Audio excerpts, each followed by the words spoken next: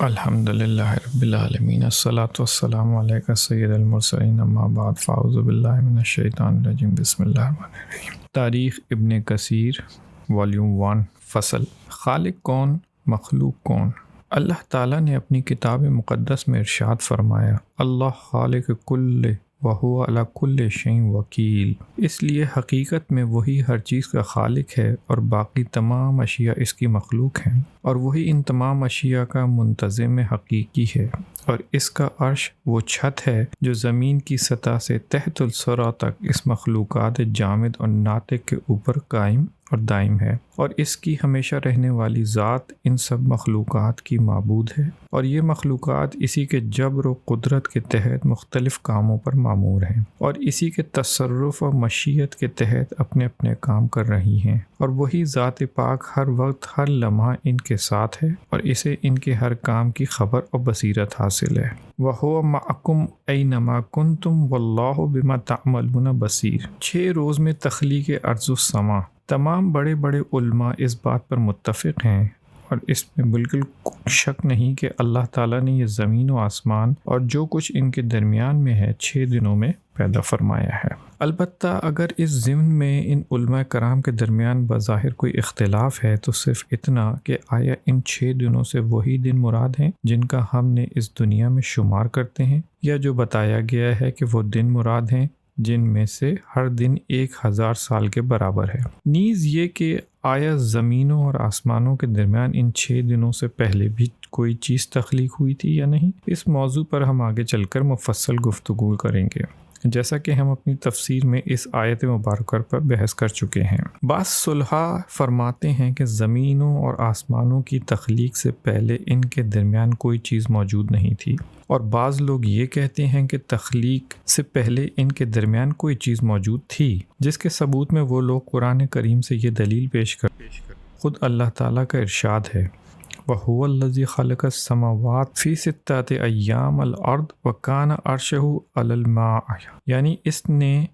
زمین اور آسمان کو 6 روز میں پیدا کیا جبکہ اس کا عرش پانی پر تھا، جیسا کہ حدیث عمران میں موجود ہے، جس کا آگے چل کر ہم انشاءاللہ مفصل بیان کریں گے۔ تخلیق کائنات سے پہلے خدا کے سوا کوئی چیز موجود نہیں تھی، بلکہ کائنات ایک دم سے عدم سے وجود میں آئی۔ کان اللہ ولم یکن قبلہ شیء وکان عرشہ علی الماء۔ امام احمد رحمۃ اللہ علیہ، حماد بن سلمہ، ابو یعلا ابن عطا، وکی بن جدس اور رزین یقید بن عامر عقیلی کے حوالے سے روایت فرماتے ہیں کہ ایک روز رسول اللہ صلی اللہ علیہ وسلم سے کسی نے روز دریافت کیا، یا رسول اللہ صلی اللہ علیہ وآلہ وسلم، زمین اور آسمانوں کی تخلیق سے قبل ہمارا رب کہاں تھا؟ اس سوال کے جواب میں آپ صلی اللہ علیہ وآلہ وسلم نے فرمایا، وہ لا مقام میں تھا جس کے اوپر اور نیچے ہوائی خلا تھا، پھر اس نے اپنا عرش پانی پر تخلیق فرمایا۔ سب سے پہلے کس چیز کی تخلیق ہوئی؟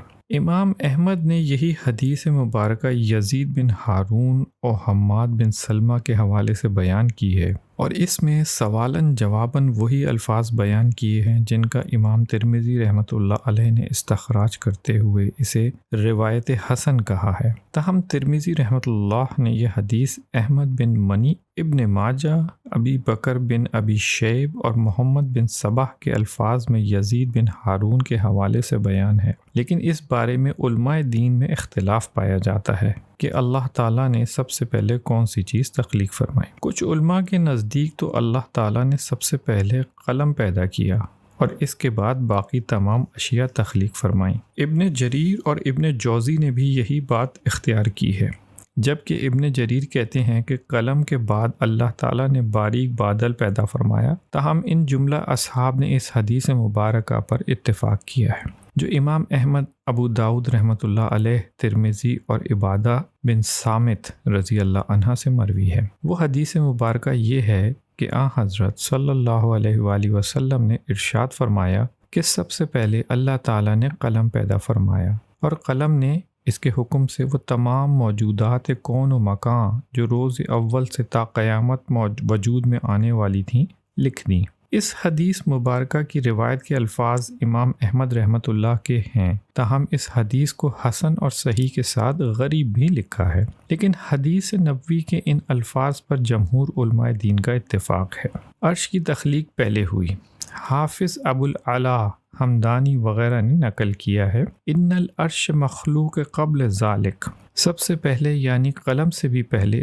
عرش کی تخلیق ہوئی۔ بہرحال یہ ابن جریر کی روایت ہے جو انہوں نے ابن عباس رضی اللہ عنہ کے حوالے سے نقل کی ہے، اور اسی کی سند پر امام مسلم رحمۃ اللہ علیہ نے اپنی کتاب صحیح مسلم میں اسے نقل کیا ہے، لیکن اس کے ساتھ ان الفاظ کا بھی اضافہ کیا ہے کہ ہم سے ابو طاہر نے یکے بعد دیگرے احمد بن عمر بن سرح ابن وہب، ابو ہانی خولانی، ابی عبد الرحمن الجیلی اور عبداللہ بن عمر ابن العاص کے حوالے سے بیان کیا ہے کہ انہوں نے حضرت صلی اللہ علیہ وآلہ وسلم کو فرماتے ہوئے سنا، اللہ تعالیٰ نے ارض و سماوات کی تخلیق سے 50,000 سال قبل تمام موجودات کی تصاویر بنا دی تھیں۔ اس کے بعد آپ صلی اللہ علیہ وسلم نے فرمایا، ان مخلوقات سے پہلے قلم کی تخلیق ہوئی۔ اس حدیث کی تائید کرتے ہوئے بخاری رحمۃ اللہ علیہ نے عمران بن حسین کے حوالے سے بیان کیا ہے، جو کہتے ہیں کہ اہل یمن نے رسول اللہ صلی اللہ علیہ وآلہ وسلم سے جب دریافت کیا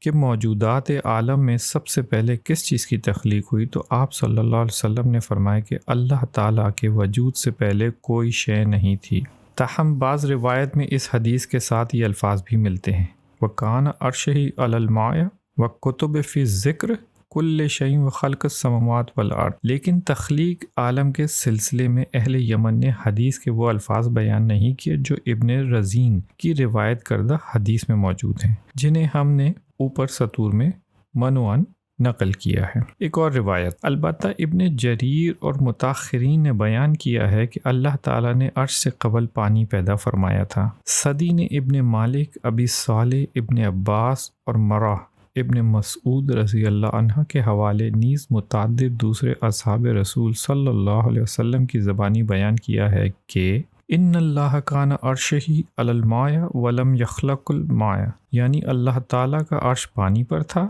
اور پانی سے قبل کوئی چیز اللہ تعالیٰ نے تخلیق نہیں فرمائی تھی۔ بہرحال ابن جریر ہی نے محمد بن اسحاق کے حوالے سے یہ بھی بیان کیا ہے کہ سب سے پہلے اللہ تعالیٰ عز و جل نے نور و ظلمت تخلیق فرمائے، پھر انہیں ایک دوسرے سے ممتاز کرنے کے لیے ظلمت کو رات کی تاریک اور نور کو روشن دن کی شکل عطا فرمائی۔ ابن جریر کے علاوہ کچھ اور لوگوں نے بھی کہا ہے کہ